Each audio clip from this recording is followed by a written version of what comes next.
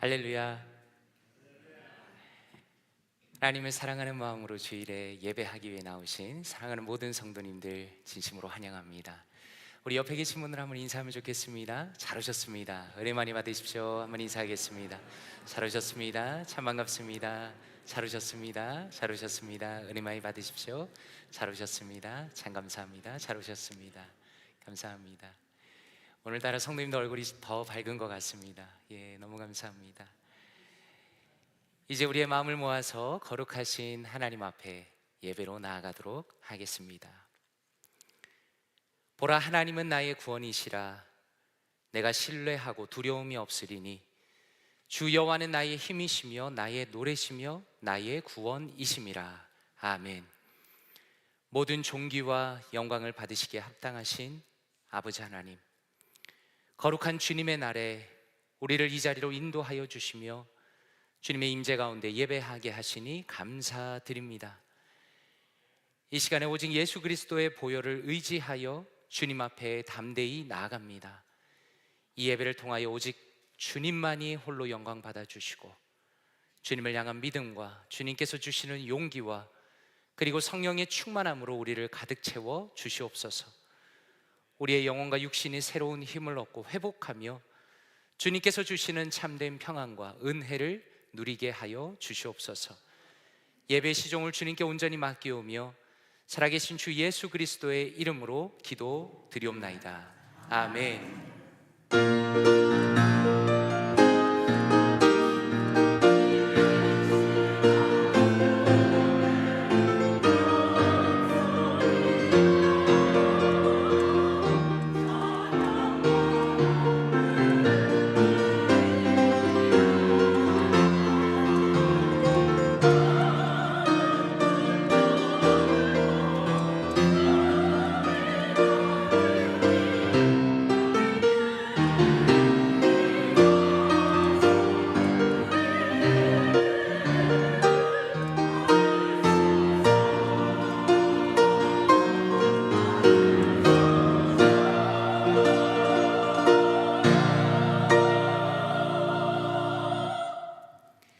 자리에서 일어나시겠습니다.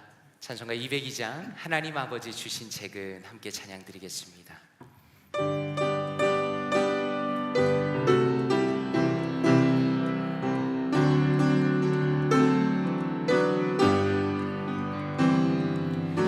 하나님 아버지 주신 책을 귀하고 중하신 말씀일세.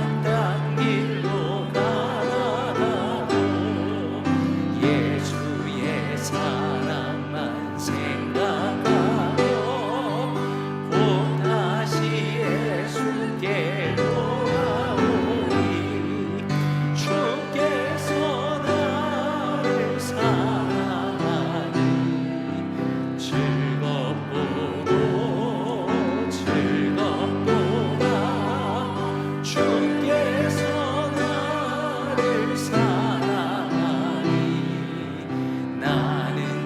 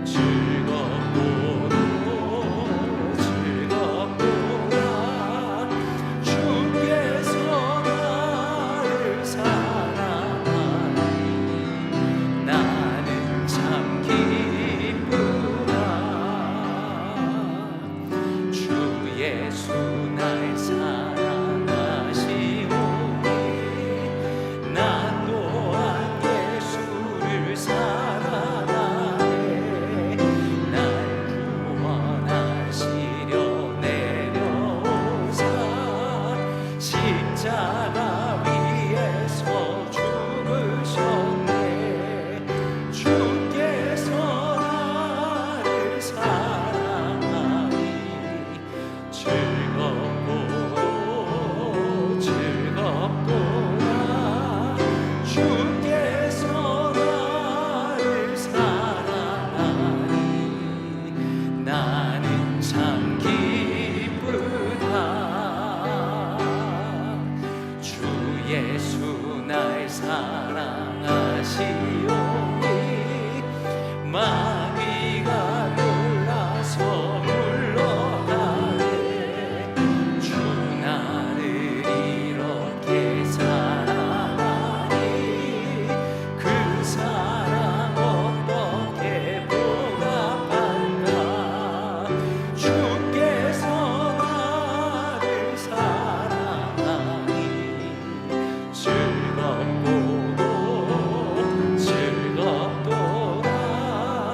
주께서 나를 사랑하니 나는 참 기쁘다. 아멘. 교독문 21번 시편 34편 함께 교독하도록 하겠습니다. 내가 여호와를 항상 송축하며 내 입술로 항상 주를 찬양하리이다.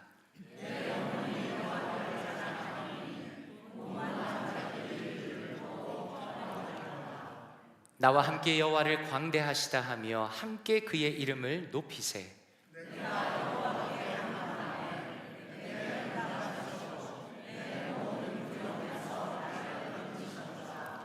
이 공고한 자가 부르짖음에 여호와께서 들으시고 그의 모든 환난에서 구원하셨도다.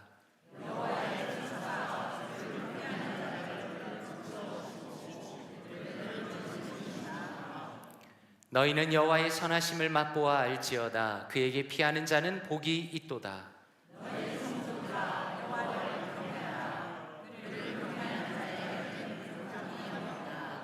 다 같이 젊은 사자는 궁핍하여 줄일지라도 여호와를 찾는 자는 모든 좋은 것에 부족함이 없으리로다. 아멘.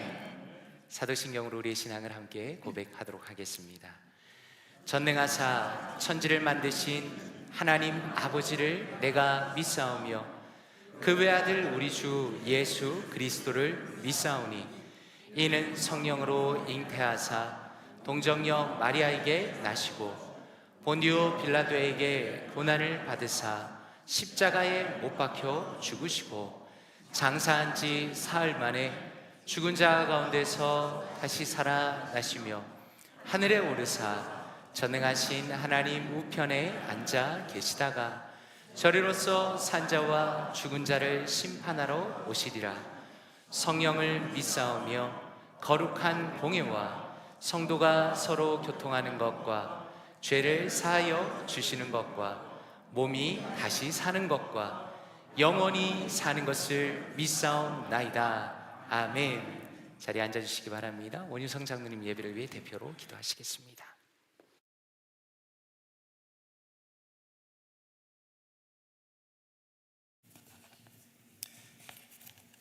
기도드리겠습니다. 천지를 지으시고 지금도 살아계셔서 인생의 생사 화복을 주관하시는 하나님 아버지, 이 시간 저희 성도들 한 마음으로 주님 앞에 나아갑니다. 저희의 예배를 통하여 감사와 찬송과 영광을 받아주시고 저희들의 마음과 혼과 영이 평강을 얻는 귀한 시간으로 축복하여 주시옵소서. 불순종으로 인하여 죽을 수밖에 없는 저희 죄인들을 구하시려 예수님을 보내주시고 고난과 순종의 십자가를 지심으로 저희들의 모든 죄를 사하시고 저희를 주님의 자녀로 삼으시고 영생을 허락하신 하나님 아버지께 감사를 드립니다. 죄사함을 받은 저희들 매일의 삶 속에서 죄성을 버리지 못하고 반복되는 불순종을 주님 앞에 내어놓고 회개합니다. 돌이켜 주님과 항상 동행하며 많은 성령의 열매를 맺어 저희들의 삶을 인도하여 주시기를 소원합니다. 저희를 볼티모어 교회로 불러주심을 감사드립니다. 주님의 신실한 말씀으로 때를 따라 공급하시고 저희들을 세워주심을 감사드립니다. 십자가의 도가 멸망하는 자에게는 미련한 것이요 구원을 받는 우리에게는 하나님의 능력이 된다고 하셨습니다. 세상 권세를 가진 멸망할 자들의 유혹에 넘어가지 않게 저희들을 주님의 강한 두 손으로 붙드시고 주님의 나라를 이 땅에 전파할 때 주님의 능력을 체험하는 저희 교회와 성도들로 인도하여 주시기를 기도드립니다. 성도님들을 모아주시니 감사합니다. 귀한 성도님들 봉사로 헌신하게 하시니 감사합니다. 성도님들이 낮은 곳에서 나보다 남을 낮게 여기고 서로를 돌아보며 기도하게 하심을 감사를 드립니다. 저희 교회에 몸과 마음의 병으로 인하여 고통하시는 많은 성도님들을 주님의 십자가의 피로 씻어주시고 치유하여 주시기를 기도드립니다. 돕는 손길을 위로와 평강으로 함께하여 주시기를 원합니다. 저희 모두에게 주님이 주시는 믿음과 용기와 소망을 허락하여 주시옵소서.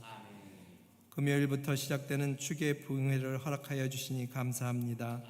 시간마다 드리는 저희들의 예배 가운데 임재하여 주시고 정진부 목사님이 말씀을 전하실 때 영육간의 강건함으로 피곤치 않게 인도하여 주시옵소서.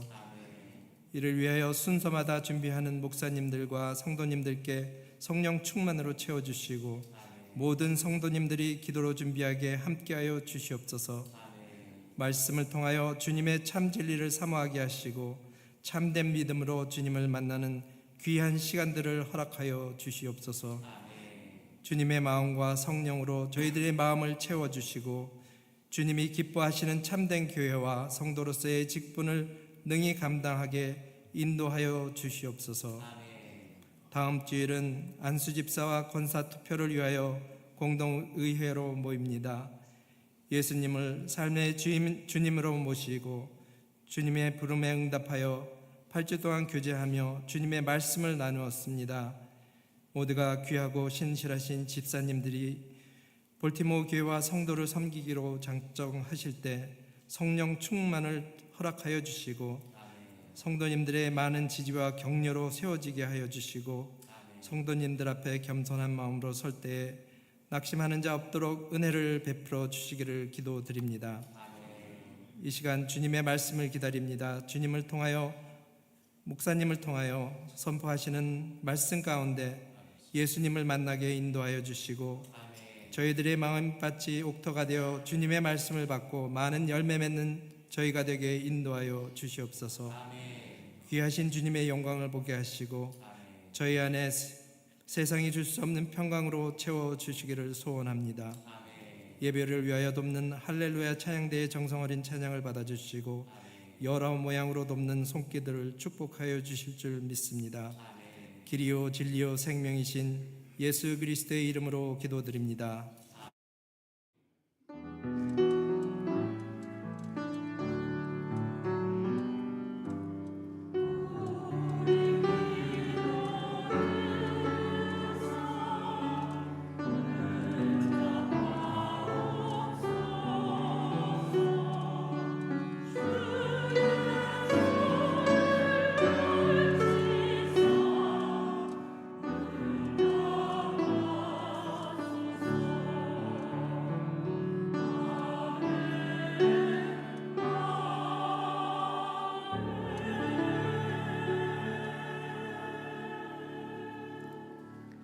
자리에서 일어나시겠습니다. 찬송가 1장 부르시면서 준비하신 예물 하나님 앞에 올려드리겠습니다.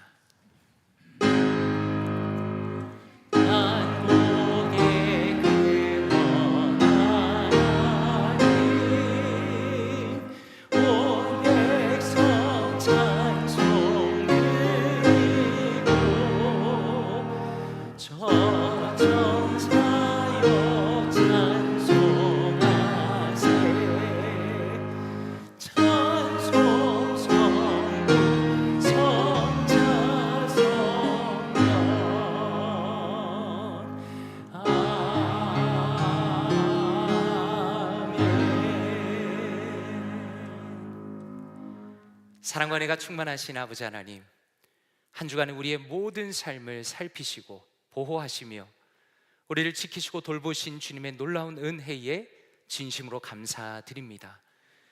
우리에게 생명과 또 건강을 허락하시고 주님의 풍성한 은혜 가운데 기쁨과 감사의 삶을 살도록 인도하시니 또한 감사드립니다. 주님께서 한 주간 동안 우리에게 베풀어 주신 모든 은혜를 기억하며 감사의 마음을 담아 이 예물을 주님께 올려드립니다. 이 예물을 주님께서 기뻐 받아주시고 주님의 나라가 확장되는 바로 그곳에, 그리고 주님의 복음이 전파되는 바로 그 일을 위하여 아름답게 사용하여 주시옵소서. 예물을 드리는 손길과 그리고 그 마음마다 복을 내려주시고 주님께서 주시는 물질의 복과 영적인 복이 우리의 삶에 가득 넘치게 하여 주시옵소서. 또한 여러 어려움과 투병으로 인하여 예배 나오지 못하는 성도님들을 기억하시고 그들을 위로하시고 회복시켜 주시옵소서. 이 모든 말씀을 존귀하신 주 예수 그리스도의 이름으로 기도드리옵나이다. 아멘. 자리에 앉으시겠습니다.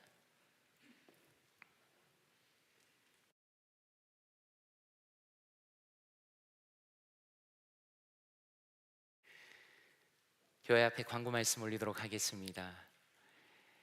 오늘 예배 후에는 구역 모임이 있겠습니다. 오늘 식사는 신교실에서 구역별로 모여서 하시면 되겠습니다.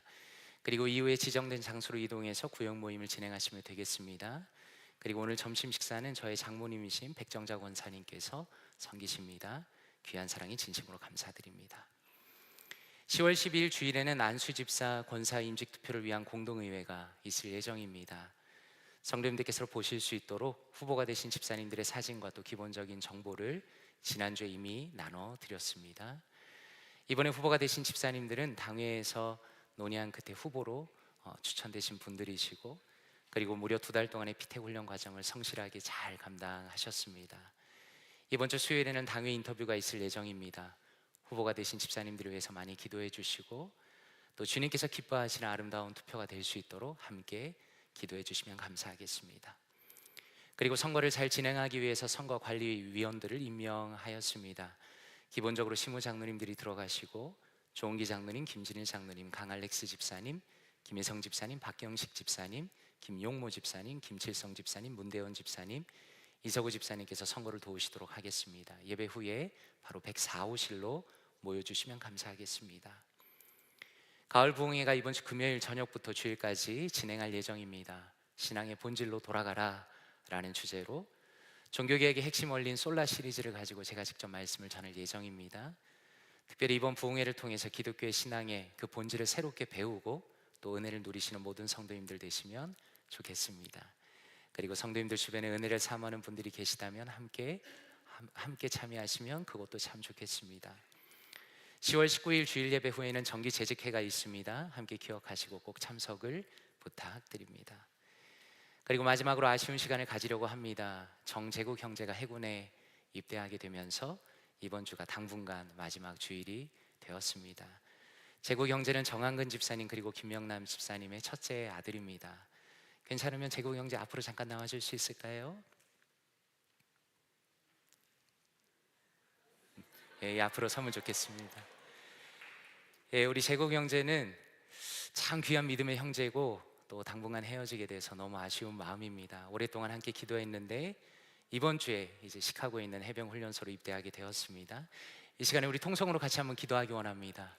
이 시간에 기도하실 때 재국 형제 시작되는 군 생활 가운데 잘 적응하고 또 건강을 지켜주시기를, 또 좋은 상관과 또 동료들을 만날 수 있기를, 그리고 군대에서도 신앙생활 잘 할 수 있기를, 그리고 하나님께서 기뻐하시는 군인으로 아름답게 성장할 수 있기를 이 시간에 우리 재국 형제 위해서 통성으로 같이 한번 기도하겠습니다. 기도합니다. 하나님 아버지 감사합니다. 하나님, 우리 사랑하는 재국 형제, 우리 볼티모어 교회에서 이렇게 아름답게 자라게 하시고 또 신앙생활하게 하시고 하나님, 우리 귀한 집사님의 또 아들로 또 교회 일꾼으로 세워주시니 감사합니다. 하나님, 정말 너무나 아쉬운 마음입니다. 하나님, 이렇게 당분간 헤어지게 되었는데 하나님 또한 감사한 마음입니다. 하나님께서 우리 재국 형제 인도하여 주셔서 나라의 부름을 받고 또 해병으로 입대하게 되었습니다. 하나님, 우리 사랑하는 시작되는 우리 재국 형제 군생활 가운데 하나님께서 은혜 주시기 원합니다. 잘 적응하기 원합니다. 건강 지켜주시기 원합니다. 하나님 우리 제국 형제 다치지 않도록 주님 인도하여 주시고 하나님 좋은 상관과 동료들을 만날 수 있기를 원합니다. 하나님 좋은 사람들을 붙여주시고 믿음의 사람들을 붙여주시옵소서. 하나님 군대에서 신앙생활 잘할 수 있도록 인도하여 주시기 원합니다. 믿음의 사람들을 주변에 붙여주시고 하나님 그 마음에 하나님을 더 의지할 수 있도록 하나님 인도하여 주시기 원합니다. 이끌어 주시기 원합니다. 하나님 우리 제국 형제 이제 군대 입대할 때 하나님께서 기뻐하시는 아버지 군인으로 아름답게 성장할 수 있도록 하나님께서 선하게 인도하여 주시기 원합니다. 하나님 우리 제국 형제 앞길을 인도하여 주시고 그 한 걸음 한 걸음 인도하여 주시고 강하고 담대하게 하나님 주님을 섬기며 나라를 섬길 수 있는 하나님 아름다운 믿음의 사람들을 세워줄 수 있도록 하나님 우리 제국 형제 붙들어 주시옵소서. 하나님 지금부터 이어지는 모든 일정 속에서 우리 제국 형제 붙들어 주시고 하나님께서 선하게 인도하여 주시기 원하오니 하나님 우리 제국 형제 붙들어 주시고 하나님의 인도하심을 따라서 아름답게 자신의 길을 하나님과 동행하며 걸어갈 수 있도록 하나님 선하게 인도하여 주시옵소서. 하나님 함께하여 주시옵소서. 인도하여 주시옵소서. 아버지 인도하여 주시옵소서. 아버지 하나님 감사합니다. 우리 주님께서 제국 형제를 참 사랑하시고 지금까지 함께 신앙생활할 수 있는 귀한 은혜 주시니 감사드립니다. 너무나 감사한 것은 주님의 인도하신 가운데 해군에 입대할 수 있도록 하나님께서 허락하여 주시니 감사드립니다. 하나님께서 우리 제국 형제 앞길을 인도하여 주시옵소서. 강하고 담대한 마음으로 군생활을 감당할 수 있도록 도와주시옵소서. 건강을 지켜주시고 믿음을 지켜주시고 또한 좋은 상관과 또 좋은 동료들을 만날 수 있도록 인도하여 주시옵소서. 육체적으로 인격적으로 더욱 성숙한 사람이 되게 하시고 하나님께서 사용하시는 그리고 나라를 탁월하게 섬기는 아름다운 군인이 될 수 있도록 주님께서 친히 인도하여 주시옵소서. 주님께서 우리 기도를 들어주심을 감사드리며 이 모든 말씀을 존귀하신 주 예수 그리스도의 이름으로 기도드리옵나이다. 아멘. 격려의 박수를 부탁드립니다. 그래요. 참 감사합니다. 예, 감사합니다. 너무 감사합니다. 아쉽기도 하고 참 사랑스럽기도 하고 그렇습니다. 이 시간에 할렐루야 찬양대에 나오셔서 찬양을 하도록 하겠습니다.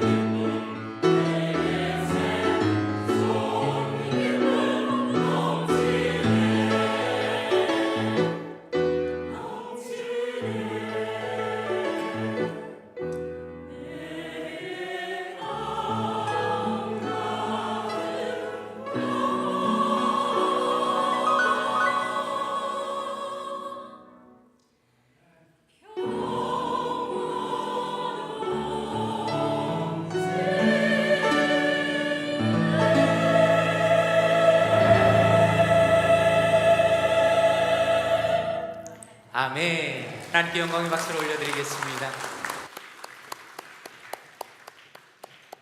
너무 아름다운 찬양 진심으로 감사드립니다. 이 시간에 다 함께 자리에서 일어나시겠습니다. 하나님의 말씀 함께 보도록 하겠습니다. 오늘 우리에게 주신 하나님의 말씀은 누가복음 7장 18절에서 23절까지 말씀입니다. 누가복음 7장 18절에서 23절까지 말씀입니다. 함께 합독하도록 하겠습니다. 시작. 요한의 제자들이 이 모든 일을 그에게 알리니 요한이 그 제자 중 둘을 불러 주께 보내어 이르되 오실 그이가 당신이 오니까 우리가 다른 일을 기다리오리이까 하라 하매 그들이 예수께 나아가 이르되 세례 요한이 우리를 보내어 당신께 여쭈어 보라고 하기를 오실 그이가 당신이 오니까 우리가 다른 일을 기다리오리이까 하더이다 하니 마침 그때에 예수께서 질병과 고통과 및 악귀 들린 자를 많이 고치시며 또 많은 맹인을 보게 하신지라.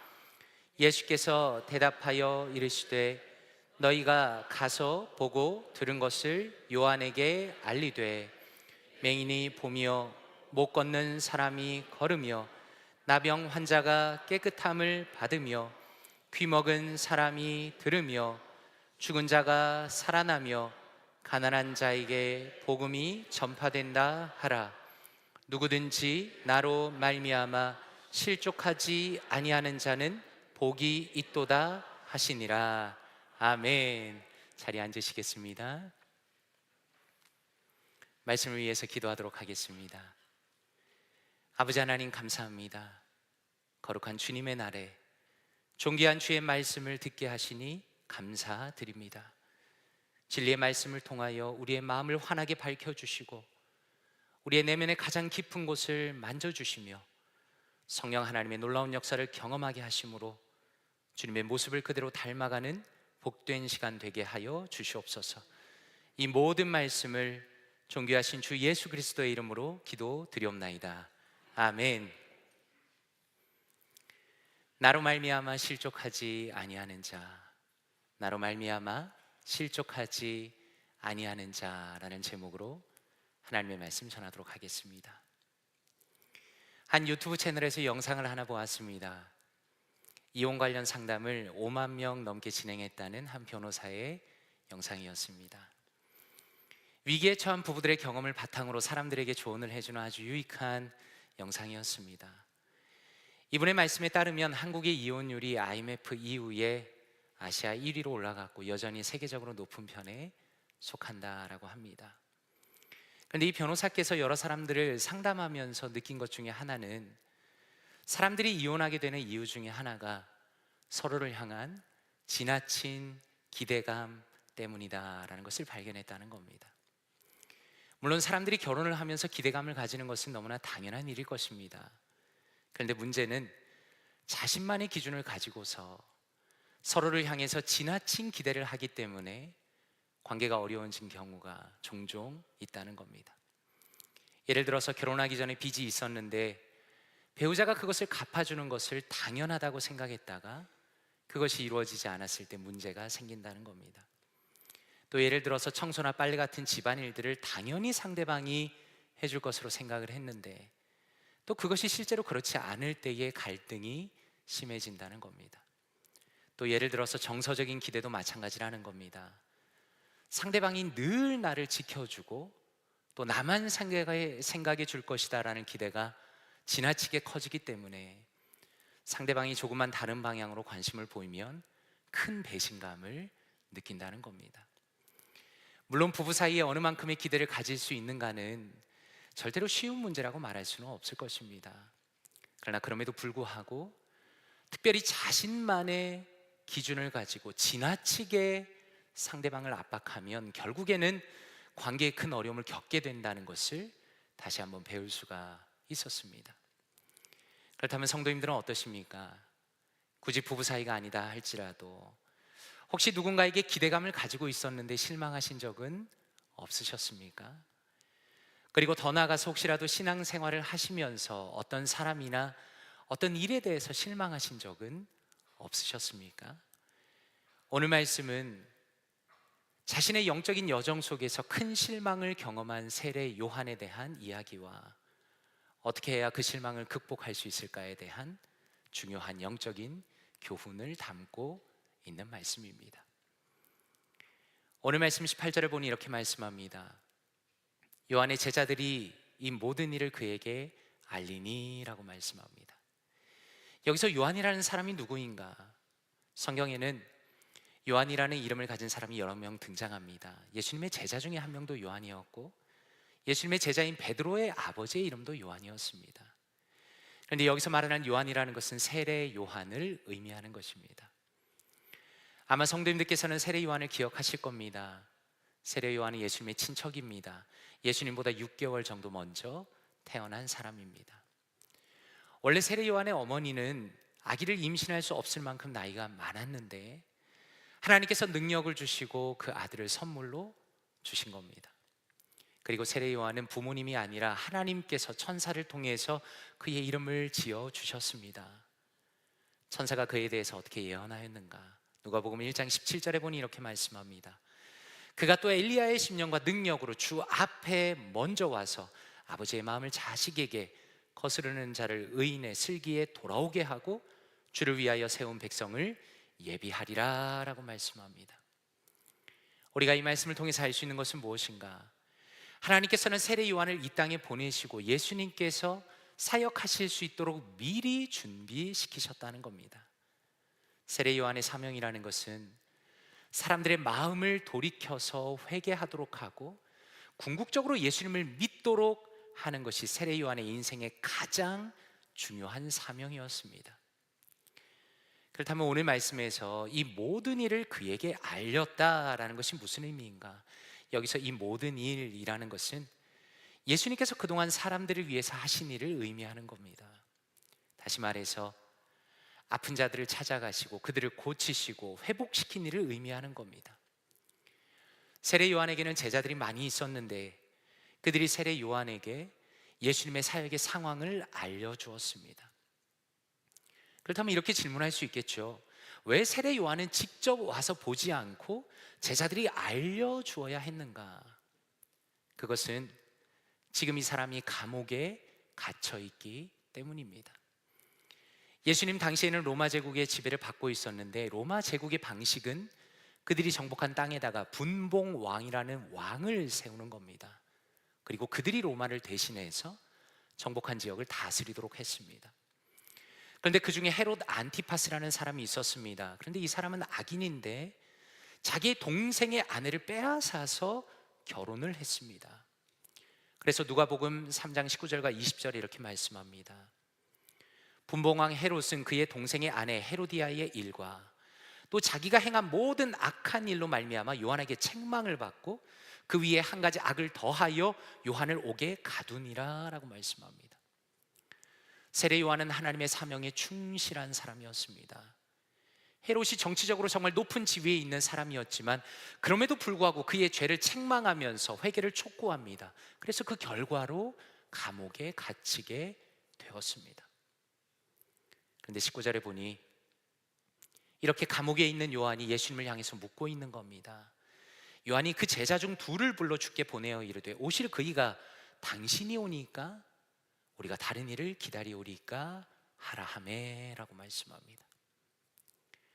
혹시 성도님들께서는 이 말씀을 들으시면서 어떻게 생각을 하십니까? 저는 개인적으로 이 말씀이야말로 성경을 통틀어서 가장 인상적이면서 한편으로는 충격적이라는 생각이 들었습니다. 왜냐하면 한번 생각해 보십시오. 세례 요한이 어떤 사람입니까? 그는 뱃속에서부터 예수님을 기뻐했던 사람입니다. 그는 예수님에게 직접 세례를 주었던 사람입니다. 그는 예수님이 세례를 받으실 때 하늘에서 성령님이 내려오시는 것을 보았습니다. 이는 내 사랑하는 아들이요 내 기뻐하는 자라라는 하나님의 말씀을 아마도 자신의 귀로 직접 들었던 사람이라는 겁니다. 어쩌면 인류 역사를 통틀어서 예수님에 대해서 세례 요한보다 더 잘 알고 그분에 대해서 더 큰 확신을 가지는 사람은 없을 겁니다. 그런데 지금 세례 요한이 제자들을 보내서 무엇이라고 말합니까? 성경에서 예언된 메시아가 정말 당신입니까? 아니면 우리가 다른 일을 기다려야 합니까? 라고 묻고 있다는 겁니다. 20절에 보니 이렇게 말씀합니다. 그들이 예수께 나아가 이르되 세례 요한이 우리를 보내어 당신께 여쭈어보라고 하기를 오실 그이가 당신이 오니까 우리가 다른 일을 기다리오리까 하더이다 하니 라고 말씀합니다. 세례 요한은 자신의 제자 2명을 보냅니다. 성경에서 2명의 증인이 필요한 것은 누군가의 말이 확실하다는 것을 명확하게 하기 위해서 그렇게 하는 겁니다. 그래서 지금 제자들이 예수님에게 나와서 세례 요한이 가진 질문을 군더더기 없이 정확하게 전달하는 겁니다. 그러므로 우리가 알 수 있는 것은 무엇입니까? 지금 세례 요한의 그 마음속에는 진짜 이분이 성경이 예언한 메시아인가에 대해서 엄청난 불안감이 있다는 것을 알 수가 있는 겁니다. 그리고 바로 그것을 확인하고 싶어 하고 있습니다. 자, 그렇다면 한번 생각해 보십시오. 도대체 세례 요한이 왜 이렇게까지 의심의 마음을, 흔들리는 마음을 품게 된 것인가? 그것은 그가 사람들에게 했던 설교에서 힌트를 찾을 수가 있습니다. 누가복음 3장 9절 그리고 17절에 그가 이렇게 설교합니다. 이미 도끼가 나무 뿌리에 놓였으니 좋은 열매 맺지 않은 나무마다 찍혀 불에 던져지리라. 손에 키를 들고 자기의 타작마당을 정하게 하사 알곡은 모아 곡간에 들이고 쭉정이는 꺼지지 않는 불에 태우시리라 라고 말씀합니다. 여기서 핵심은 무엇입니까? 세례 요한은 예수님에 대해서 분명한 기대가 있었다는 겁니다. 그는 예수님을 생각할 때 심판이 다가오는 수준을 넘어서서 이미 하나님의 심판이 일어나기 직전이라는 것을 강조하는 겁니다. 다시 말해서 예수님께서는 세상을 심판하는 분이시며 마치 농부가 알곡과 쭉정이를 나누는 것처럼 의인과 죄인을 즉시로 분리하고 불로 죄인을 심판할 거라고 믿고 있었다는 겁니다. 그리고 이러한 세례 요한의 생각은 그저 혼자만의 생각이 아니라 그 당시 사람들의 마음에 있는 공통적인 생각이었습니다. 특별히 로마 시대에 압제를 당하면서 성경에 예언된 메시아가 나타나면 자신들을 이 로마의 압제로부터 벗어나게 해방해 줄 거라고 사람들은 큰 기대를 가지고 믿음을 갖고 있었다는 겁니다. 그런데 문제는 무엇입니까? 예수님께서 자신들의 기대를 충족시켜 주지 못했다는 겁니다. 심판은커녕 하늘에서 벼락 한 번 치지 않았다는 겁니다. 그저 예수님이 하신 일이 무엇인가? 사람들의 병을 치유하고 귀신을 쫓아내는 회복의 사역이 예수님을 통해서 일어나고 있었다는 겁니다. 그리고 바로 그것이 세례 요한을 크게 실망시킨 겁니다. 세례 요한은 너무나 암담한 감옥 속에서 자신의 기대와 너무나 어긋나는 예수님의 행보를 보면서 과연 당신이 메시아가 맞습니까? 라고 고통스럽게 질문하고 있는 것입니다. 성도님들께서는 이러한 세례 요한의 모습을 보시면서 어떤 생각을 하십니까? 저는 오늘 말씀을 보면서 그런 생각이 들었습니다. 누구라도 낙심하고 절망할 수 있구나라는 것입니다. 제가 생각할 때 저를 포함해서 사람들의 마음속에는 어떤 영웅의 스토리에 대한 환상이 있는 것 같습니다. 다시 말해서 적어도 하나님을 잘 믿는 사람이라면 절대로 낙심하지 않고 항상 확신이 넘칠 것이라는 어떤 우리의 막연한 기대감이 있다는 겁니다. 그래서 때로는 영적으로 약해지고 낙심한 사람들을 보면서 쉽게 판단하는 겁니다. 왜 저렇게 나약하게 살아가는가라고 속으로 생각한다는 겁니다. 그런데 더 큰 문제는 이러한 잘못된 완벽주의가 나 스스로에게도 영적인 해가 될 수 있는 겁니다. 내 마음이 낙심되고 절망이 되고 살아갈 힘이 없다고 느끼는 바로 그 순간에 나 자신을 오히려 더 정죄하고 비난하는 그런 상황까지 경험한다는 겁니다. 그래서 결론적으로 우리가 영적인 어둠에서 벗어나기보다는 점점 더 자존감이 낮아지고 점점 더 스스로에게 절망하는 악순환에 들어가기도 합니다. 그러나 성경은 무엇을 보여주시는가? 아무리 위대한 믿음의 사람이라 할지라도, 아무리 많은 신앙적인 체험과 기적을 경험했다 할지라도 심지어 예수님을 직접 만나고 경험한 사람이라 할지라도 영적인 낙심과 의심에 빠질 수 있다는 것을 보여주시면서 우리의 마음을 위로하시는 것입니다. 그러므로 우리가 기억할 것은 이러한 낙심이라는 것이 비단 세례 요한만 그렇지는 않았다는 겁니다. 예를 들어서 구약시대의 엘리야 선지자는 어떻습니까? 엘리야 선지자는 정말 위대한 선지자입니다. 그는 하나님의 사람으로서 우상의 선지자 450명을 대항하면서 영적인 전쟁을 치릅니다. 그가 기도할 때 하늘에서 불이 내려와서 재물들을 태웁니다. 하나님의 살아계심을 경험하고 우상의 선지자들을 처단하는 엄청난 업적을 세운 것이 엘리야 선지자입니다. 그런데 바로 그 사건 다음에 이세벨이라는 악녀 중에 악녀가 협박을 합니다. 열왕기상 19장 2절에 보면 이렇게 말씀합니다. 이세벨이 사신을 엘리야에게 보내어 이르되 내가 내일 이맘때는 반드시 너의 생명을 저 사람들 중 한 사람의 생명과 같게 하리라.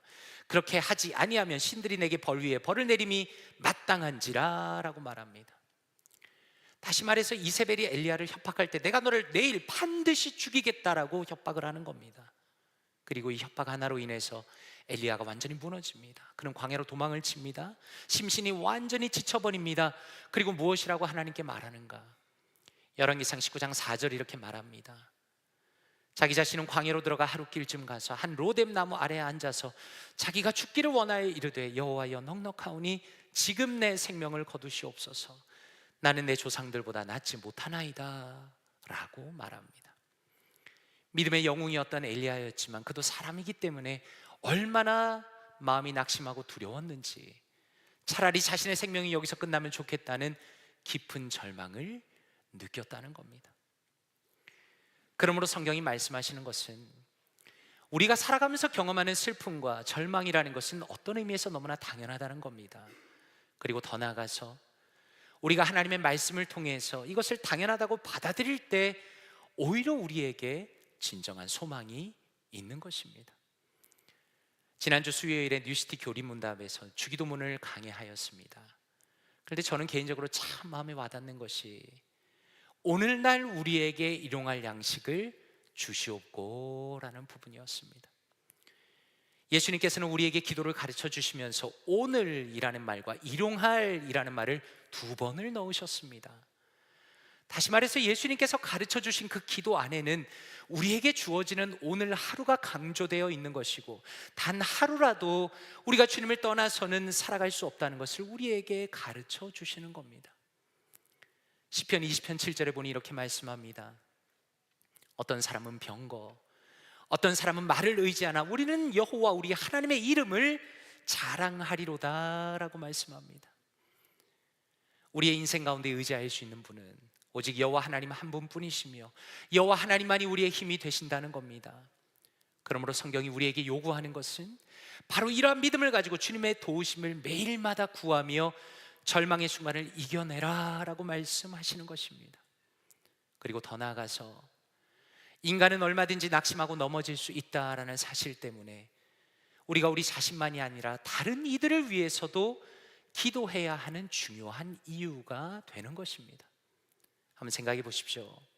우리 주변을 돌아보면 신앙이 약해지고 마음이 낙심해서 거기에서 헤어나오지 못하는 사람들이 얼마나 많이 있습니까? 이러한 현실은 사람이기 때문에 얼마든지 일어날 수 있는 것입니다. 그렇기 때문에 스스로 기도할 수 없을 정도로 너무나 약해진 그들을 위해서 우리가 오히려 기도해 주어야 한다는 것을 오늘 말씀을 통해서 깨닫게 되는 것입니다. 자, 그렇다면 다시 오늘 말씀으로 돌아가서 도대체 예수님께서 세례 요한에게 어떻게 대답하셨을까요? 22절에 이렇게 말씀합니다. 예수께서 대답하여 이르시되 너희가 가서 보고 들은 것을 요한에게 알리되 맹인이 보며 못 걷는 사람이 걸으며 나병 환자가 깨끗함을 받으며 귀먹은 사람이 들으며 죽은 자가 살아나며 가난한 자에게 복음이 전파된다 하라라고 말씀합니다. 아마도 예수님께서는 세례 요한의 제자들이 찾아왔을 때 실제로 사람들을 치료하고 계셨던 것 같습니다. 그리고 지금 그들이 보고 들은 모든 것을 세례 요한에게 알리라라고 말씀합니다. 그런데 한번 생각해 보십시오. 예수님의 대답이 조금 이상하지 않습니까? 언뜻 보면 지금 이 말씀은 세례 요한이 이미 다 알고 있는 사실입니다. 그런데 예수님께서는 굳이 이 상황을 다시 정리해서 말씀합니다. 그런데 우리가 이 예수님의 대답을 조금 더 깊이 들어가 보면 예수님께서 이사야의 말씀을 인용하고 있다는 걸 알 수 있습니다. 이사야 35장 5절과 6절에 하나님의 나라가 회복되는 그것에 대해서 무엇이라 예언이 되어 있는가? 그때 맹인의 눈이 밝을 것이며 못 듣는 사람의 귀가 열릴 것이며 그때 저는 자는 사슴같이 뛸 것이며 말 못하는 자의 혀는 노래하리니 이는 광야에서 물이 솟겠고 사막에서 시내가 흐를 것임이라 라고 말씀합니다. 61장 1절에서 무엇이라 말씀하는가? 주 여호와의 영이 내게 내리셨으니 이는 여호와께서 내게 기름을 부으사 가난한 자에게 아름다운 소식을 전하게 하려 하심이라. 나를 보내사 마음이 상한 자를 고치며 포로된 자에게 자유를, 갇힌 자에게 노임을 선포하며 라고 말씀합니다. 지금 이 이사야의 말씀을 종합해 보면 결론적으로 예수님께서 세례 요한에게 전하시는 말씀이 무엇인가? 지금 예수님의 사역이라는 것은 그저 병자들을 고치는 것이 아니라는 겁니다. 약속된 하나님의 말씀을 이루고 있다는 것입니다. 다시 말해서 예수님께서는 자신이 성경에서 예언한 메시아가 틀림없으며 정확하게 성경에서 예언한 대로 지금 일하고 계시다는 것을 세례 요한에게 알려주시는 겁니다. 그렇다면 우리가 다시 한번 이렇게 질문해 보기를 원합니다. 도대체 세례 요한이 왜 지금 낙심에 빠져 있습니까? 그것은 두 가지 이유라고 볼 수 있겠습니다. 하나는 성경에 대한 잘못된 이해를 가지고 있기 때문입니다. 구약 성경을 보면 메시아에 대한 심판의 말씀이 나오는 것은 사실이지만 예수님께서는 심판을 위해서 이 땅에 오시지 않았다는 겁니다. 예수님은 이 땅에 회복과 치유를 주시고 죄인을 구원하시기 위해서 이 땅에 오셨다는 겁니다. 그래서 예수님께서는 누가복음 5장에서 중풍병자를 고치시면서도 이 사람아 내 죄 사함을 받았느니라 라고 말씀하신 겁니다. 무슨 의미입니까? 예수님께서는 죄 용서의 권세를 가지신 분이시며 죄를 심판하지 않고 용서하시기 위해서 이 땅에 오셨다는 것을 이미 분명히 말씀하신 겁니다. 그런데 문제는 무엇입니까? 세례 요한 자신이 그것을 받아들일 수가 없었다는 겁니다. 왜냐하면 예수님께서 지금 일하시는 모든 것이 자신의 생각과 기대와 어긋나기 때문입니다. 다시 말해서 세례 요한은 참으로 위대한 믿음의 사람이었지만 한편으로는 자신의 생각과 자신의 기대를 가지고 신앙생활을 하고 있었다는 겁니다. 어쩌면 그의 마음 가운데 울분과 괴로움이 있었을 겁니다. 왜 예수님께서는 하나님의 아들이신데 바로 심판하지 않으시는가? 왜 예수님께서는 저렇게 교만하고 악한 종교 지도자들과 로마 제국을 심판하지 않으시는가? 왜 예수님께서는 감옥에 갇힌 나를 구하러 오시지 않으시는가? 아마 수많은 생각이 그의 머릿속을 맴돌았을 것입니다. 그러나 예수님이 분명히 말씀하시기를 하나님의 구원은 심판이 아니라 회복이라는 것이며 이것이 바로 구약의 예언이 이루어지는 것이고 예수님께서 바로 그 일을 하고 계시다는 것을 분명히 보여주시는 겁니다. 그러므로 한번 생각해 보십시오. 성도님들께서는 지금 우리가 살아가는 시대를 한마디로 무슨 시대라고 말할 수 있겠습니까? 예수님의 초림과 다시 오실 그 재림의 사이에 있는 이 시대를 우리가 무엇이라 부를 수 있겠습니까? 그것은 한마디로 은혜의 시대이다라고 부를 수 있는 겁니다. 예수님께서 무엇이라 말씀하셨는가? 요한복음 3장 16절에 하나님이 세상을 이처럼 사랑하사 독생자를 주셨으니 이는 그를 믿는 자마다 멸망하지 않고 영생을 얻게 하려 하심이라 라고 말씀합니다. 성경은 무엇이라 말씀합니까? 그를 믿는 자마다 멸망하지 않는다, 그리고 영생을 얻는다 라고 말씀합니다. 다시 말해서 하나님께서는 이 땅에 살아가는 모든 죄인들에게 구원의 문을 활짝 열어주시고 누구든지 구원을 받을 수 있도록 허락하신다는 겁니다. 그리고 더 나아가서 그러한 하나님의 놀라운 구원의 능력을 믿을 수 있도록 하나님의 아들이신 예수님께서 직접 기적을 일으키시며 사람들을 치유하시고 회복시키신다라는 것입니다. 그리고 더 중요한 것은 지금이 바로 하나님의 은혜의 시대이기 때문에 이 자리에 있는 저와 우리 모두가 하나님의 은혜를 누리게 되었다는 것입니다. 에베소서 2장 3절에 이렇게 말씀합니다. 전에는 우리도 다 그 가운데서 우리 육체의 욕심을 따라 지내며 육체와 마음이 원하는 것을 하여 다른 이들과 같이 본질상 진노의 자녀이었더니라고 말씀합니다. 성경은 무엇이라 말씀하는가? 저를 포함해서 우리 모두는 하나님을 모르는 사람이었고 하나님을 대적하면서 영적으로 완전히 죽어있던 사람이었다는 겁니다. 그러므로 만약에 하나님께서 즉시로 심판을 내리기로 작정하셨다면 우리 중에 그 누구도 지옥을 벗어날 수 있는 사람은 단 한 사람도 없는 것입니다. 그러나 그럼에도 불구하고 우리가 어떻게 하나님의 존귀한 자녀가 될 수 있었는가? 우리가 어떻게 공의로우신 하나님 앞에 용서를 받게 되었는가? 디도서 3장 5절에 이렇게 말씀합니다. 우리를 구원하시되 우리의 행한 바 의로운 행위로 말미암지 아니하고 오직 그의 긍휼하심을 따라 중생의 시승과 성령의 새롭게 하심으로 하셨나니라고 말씀합니다. 다시 말해서 우리가 하나님의 자녀가 된 것은 우리가 어떤 착한 일을 했기 때문이 아니라는 겁니다. 완전히 그 반대입니다. 은혜의 시대 가운데 넘치게 베푸신 하나님의 긍휼 때문에 우리에게 성령님을 보내주셨고 새롭게 태어나게 하셨고 그리하여 결론적으로 우리가 예수 그리스도를 믿게 되었다고 말씀하시는 겁니다. 그러므로 성경은 무엇이라 말씀하는가? 하나님께서 우리에게 허락하신 지금의 이 시대라는 것은 전적으로 하나님의 은혜가 지배하는 시대이다라는 것입니다. 그래서 예수님께서 마지막에 어떻게 말씀하는가? 23절에 이렇게 말씀합니다. 누구든지 나로 말미암아 실족하지 아니하는 자는 복이 있도다라고 말씀합니다. 저는 말씀을 묵상하면서 나로 말미암아 실족하지 않는다라는 부분이 참 마음에 많이 와닿습니다. 한번 생각해 보십시오. 왜 사람들이 예수님께 실족하게 됩니까? 왜 예수님 때문에 실망하게 되는 것입니까? 그것은 예수님에 대한 자기 나름대로의 기대가 있기 때문입니다. 그런데 그 기대가 충족하지 못하기 때문에 마음에 낙심하고 실망한다는 겁니다. 다시 말해서 우리의 생각과 우리의 기준으로는 하나님께서 지나치게 은혜를 많이 베푸시는 것처럼 보일 때가 굉장히 많이 있다는 겁니다. 한번 생각해 보십시오. 우리 주변을 돌아보면 악인들이 여전히 악하게 살아가는 경우가 참 많습니다. 선량한 사람들 그리고 주님을 향한 탁월한 믿음을 가진 사람들이 오히려 손해를 보고 낙심하는 경우가 오히려 더 많다는 겁니다. 그런 면에서 오늘 본문을 보면서 정말 고통스러운 것은 우리가 세례 요한의 마지막을 알기 때문입니다. 세례 요한의 마지막은 어떠했는가? 그는 결국에는 헤롯의 생일 잔치에서 그의 딸의 계략으로 인해서 그의 머리가 잘리고 죽임을 당하게 됩니다. 그래서 항상 생각하는 것은 과연 예수님께서는 그를 구해주실 수 없었는가? 왜 천사들을 그에게 보내시지 않았는가라는 질문이 여전히 제 머릿속에도 남아 있습니다.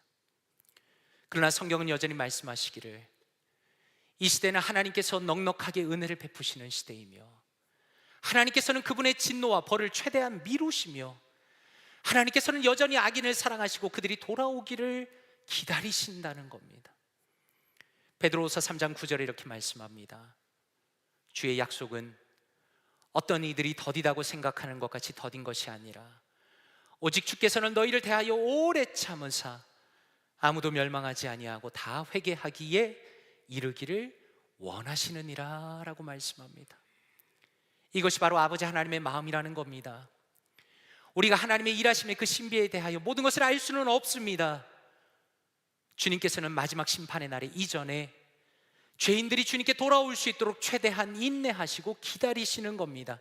그리고 한편으로는 그분의 백성들의 희생과 수고와 죽음을 사용하시면서까지 그 일을 이루시는 겁니다. 개인적으로 성경 통독을 하면서 베드로전서를 듣는데 이 말씀이 제 마음에 깊이 와닿았습니다. 베드로전서 2장 21절 말씀입니다. 이를 위하여 너희가 부르심을 받았으니 그리스도도 너희를 위하여 고난을 받으사 너에게 본을 끼쳐 그 자취를 따라오게 하려 하셨느니라 라고 말씀합니다. 전 우주를 통틀어서 가장 신비롭고 가장 놀랍고 또 한편으로 이해할 수 없는 것은 전능하신 예수 그리스도께서, 하나님의 아들께서 기꺼이 죄인을 위하여 고난을 당하셨다는 겁니다. 예수 그리스도께서는 은혜의 시대를 우리에게 열어주시기 위해서 자신의 생명을 우리의 위해 기꺼이 내어주셨다는 겁니다. 그리고 성경은 성도들에게 무엇이라 말씀합니까? 그 자취를 따라오게 하려 하신다라고 말씀합니다. 그런 의미에서 세례 요한의 죽음이라는 것은 예수 그리스도를 자신의 구주로 고백하는 위대한 믿음의 성도가 기꺼이 주님의 자취를 따라간 것이라고 말할 수 있는 겁니다. 그리고 더 나아가서 우리의 인생도 마찬가지입니다. 우리의 인생을 한마디로 압축하자면 예수 그리스도를 따라가는 인생이다라는 것입니다. 그러나 놀라운 것은 많은 사람들이 여전히 그렇게 생각하지 않습니다. 예수 그리스도를 믿는다고 말하면서도 그 인생의 목적 자체는 나의 행복과 나의 즐거움과 나의 성공이기 때문에 여전히 많은 이들이 예수 그리스도로 인하여 실족하며 실망하는 것은 어쩌면 너무나 당연한 결과인지도 모르겠습니다. 최근에 루이스의 피고석의 하나님을 읽으면서 두 부분이 참 마음에 많이 와닿았습니다. 그는 성도가 세상을 바라보는 관점에 대해서 이렇게 탁월하게 설명합니다. 이 세상이 오로지 우리의 행복을 위해 마련된 장소라고 생각하면 상당히 견디기 어려운 곳으로 다가옵니다. 그러나 이곳을 훈련과 교정의 장소라고 생각하면 그리 나쁜 곳이 아닙니다. 같은 건물에 사는 한 무리의 사람을 상상해 보십시오. 그 중에 절반은 그곳이 호텔이라고 생각하고 나머지 절반은 감옥이라고 생각합니다. 호텔이라고 생각하는 사람은 그곳을 견디기 어려워할 것이고, 감옥이라고 생각하는 사람들은 정말 놀랄 만큼 편안하다고 생각할 겁니다. 이 세상을 낙관적으로 바라보려 애쓰는 사람은 비관주의가 될 것입니다. 이 세상을 엄하게 바라보는 사람은 낙관적이 됩니다 라고 말합니다. 저는 이 책의 내용을 읽으면서 오늘 본문의 말씀이 생각이 났습니다. 성도님들께서는 지금 시대를 어떻게 이해하고 계십니까? 심판의 시대입니까? 아니면 은혜의 시대입니까? 만약에 우리가 예수 그리스도의 십자가와 그분의 은혜를 잊어버리고 지금을 심판의 시대로 생각한다면 하루하루가 견디기 힘들 것입니다. 나에게 악을 행하는 사람들을 용서할 수가 없을 겁니다. 그리고 내가 경험하는 모든 고난이 저주로 여겨질 것입니다.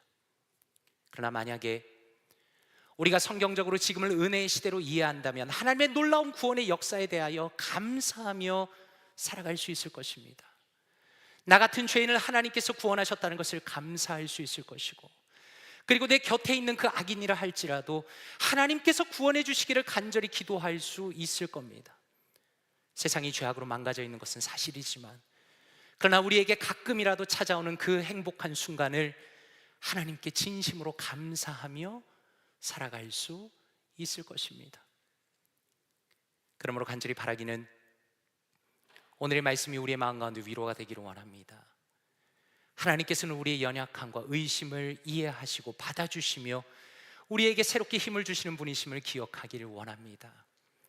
그리고 또 간절히 바라기는 여러 어려운 상황 속에서도 하나님께서 우리에게 은혜 베풀고 계심을 믿고 오직 주님의 뜻을 따라 살아가는 우리가 되기를 원합니다.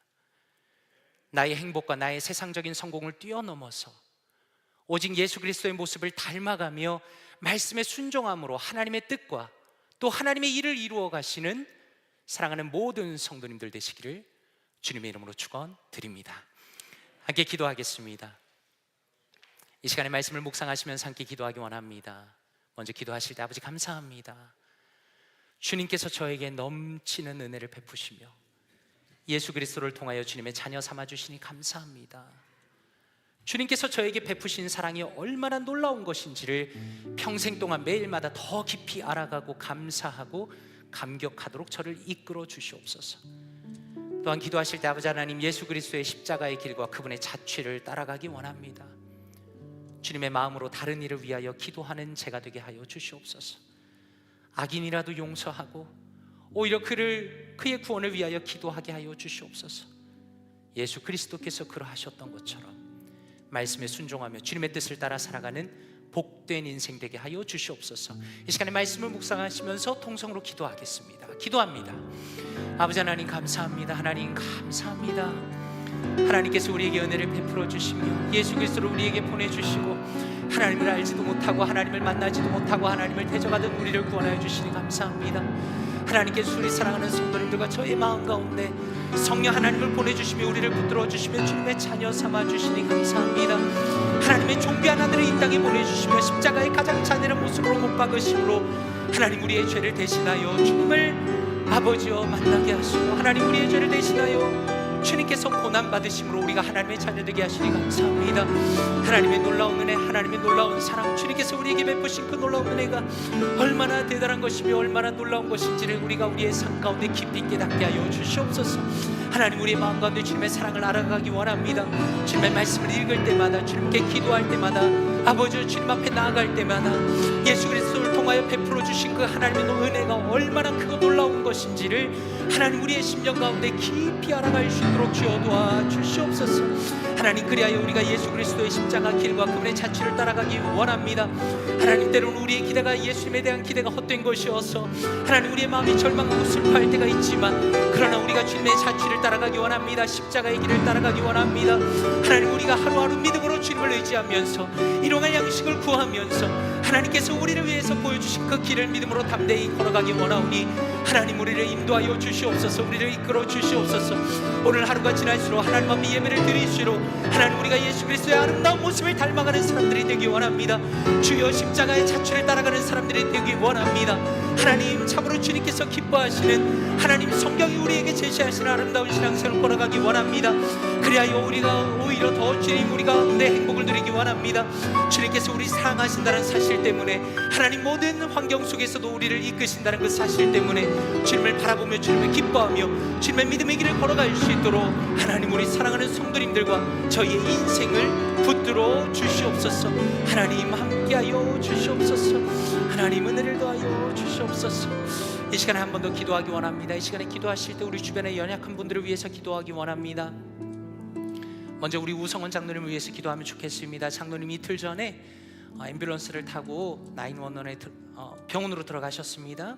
장로님 어지러우시고 또 이렇게 정신을 차리기 너무 힘드셔서 병원에 들어가셨는데 그저께 신방했는데 다행히 많이 회복 중이십니다. 우리 우성원 장로님 참 연세가 많으신데 강건하게 하여 주시고 속히 태어날 수 있도록 또 주님께서 회복시켜 주시기를 위해 기도해 주시면 감사하겠습니다. 그리고 또한 우리 주변에 있는 사람들의 연약한 자들 믿음을 회복시켜 달라고 기도하면 좋겠습니다. 또한 우리 가족과 또 친구들을 위해서 특별히 믿음이 없는 이들을 위해서 기도하면 좋겠습니다.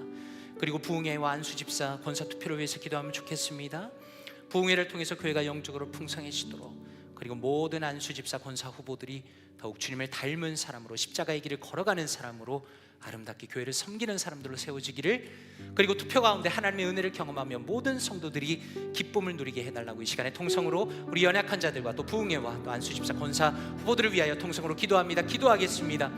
하나님 아버지 감사합니다. 하나님 우리가 우리 자신만을 위해서 기도하지 않고 또한 연약한 자들을 위해서 기도하게 하시니 감사합니다. 하나님 특별히 우리 사랑하는 우성원 장로님 하나님 도와주시옵소서. 사랑하는 장로님 믿음으로 평생 동안 사시고 하나님 주님을 위하여 정말 주님께 믿음으로 나아가는 우리 귀한 장로님 하나님 병원에 입원하였습니다.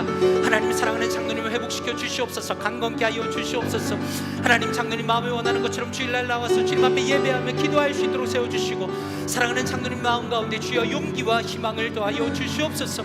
하나님 속히 회복시켜 주셔서 함께 예배드릴 수 있도록 도와주시옵소서. 하나님 우리 가족과 친구들을 위해서 또한 함께 기도합니다. 하나님 우리 가족 중에 우리 친구들 중에 믿음이 없는 사람이 너무나 많이 있습니다. 하나님 또한 한때 믿음이 있었으나 지금 너무나 연약해진 자들도 있습니다.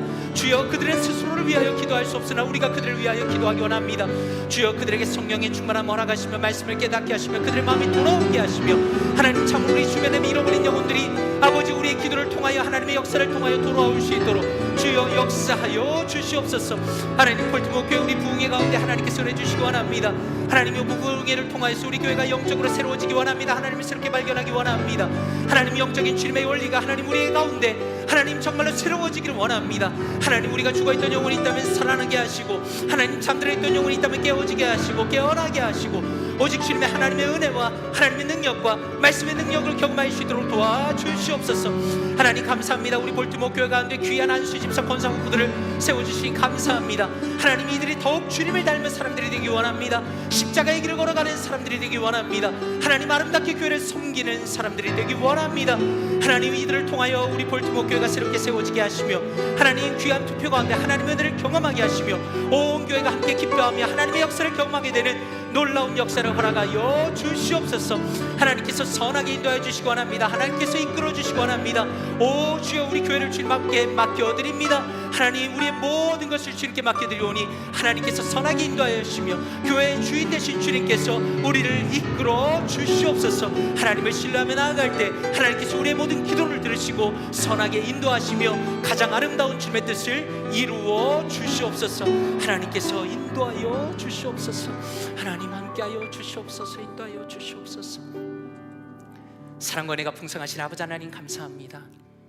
은혜의 시대, 하나님의 존귀하신 아들 예수 그리스도를 우리를 위하여 보내주시며 우리를 대신하여 십자가에서 모든 고난과 고초를 겪게 하시니 하나님의 놀라운 은혜에 감사드립니다. 하나님께서 우리에게 베푸신 이 은혜가 얼마나 크고 놀랍고 신비하고 대단한 것인지를 우리가 예배 드릴 때마다, 기도할 때마다, 말씀을 읽을 때마다, 주님 앞에 나아갈 때마다 우리의 심령 가운데 크게 깨닫고 감사하며 감격하는 우리 모두가 될 수 있도록 은혜를 더하여 주시옵소서. 하나님, 은혜의 시대를 살아가는 우리가 때로는 마음이 무거워지고 낙심하며 주님의 일하심을 이해하지 못할 때도 종종 있습니다.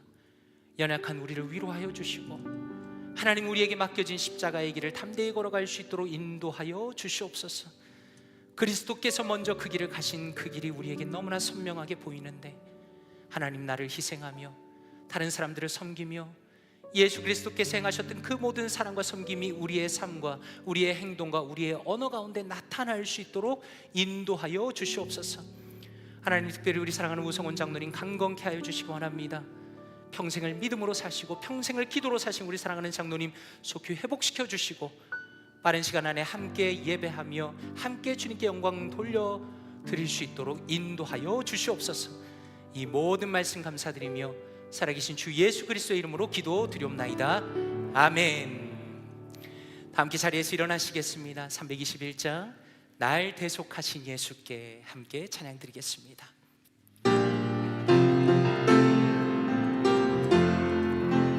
날 대속하신 예수께 내 생명 모두 드리니 늘 진실하게 하소서.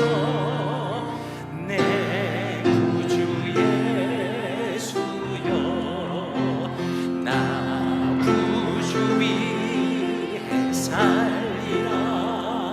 내 기쁨 하랴 없으니 내 갈 길이 도와소서. 내 구주 예수여, 날 구원하신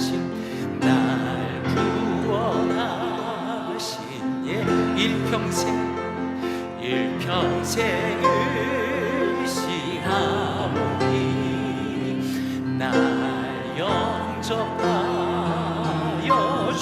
주소서. 내 구주 예수, 아멘. 나 구주 위에 살리라.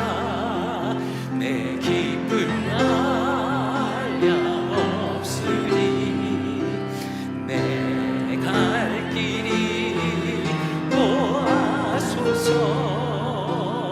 내 구주 예수여, 주 십자가에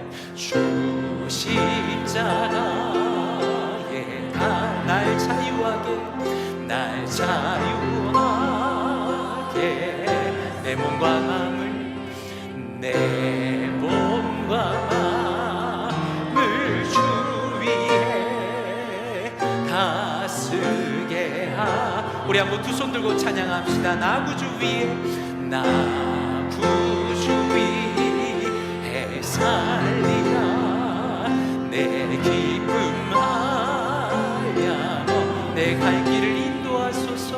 내 갈 길이 도하소서. 내 구주의 주여.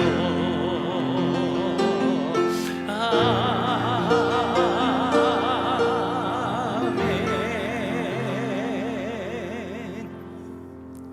이제는 우리의 죄를 대속하신 주 예수 그리스도의 은혜와 자신의 아들을 기꺼이 내어주신 아버지 하나님의 놀라운 사랑과 우리 마음 가운데 주님을 닮아가게 하시는 성령 하나님의 교통하심과 인도하심이 우리에게 넘치게 베푸시는 은혜의 시간들을 감사하며 그리스도의 십자가를 따라 믿음으로 순종하며 살아가기로 결심한 사랑하는 모든 성도님들의 머리 위에 함께 하시기를 간절히 축원드리옵나이다. 아멘.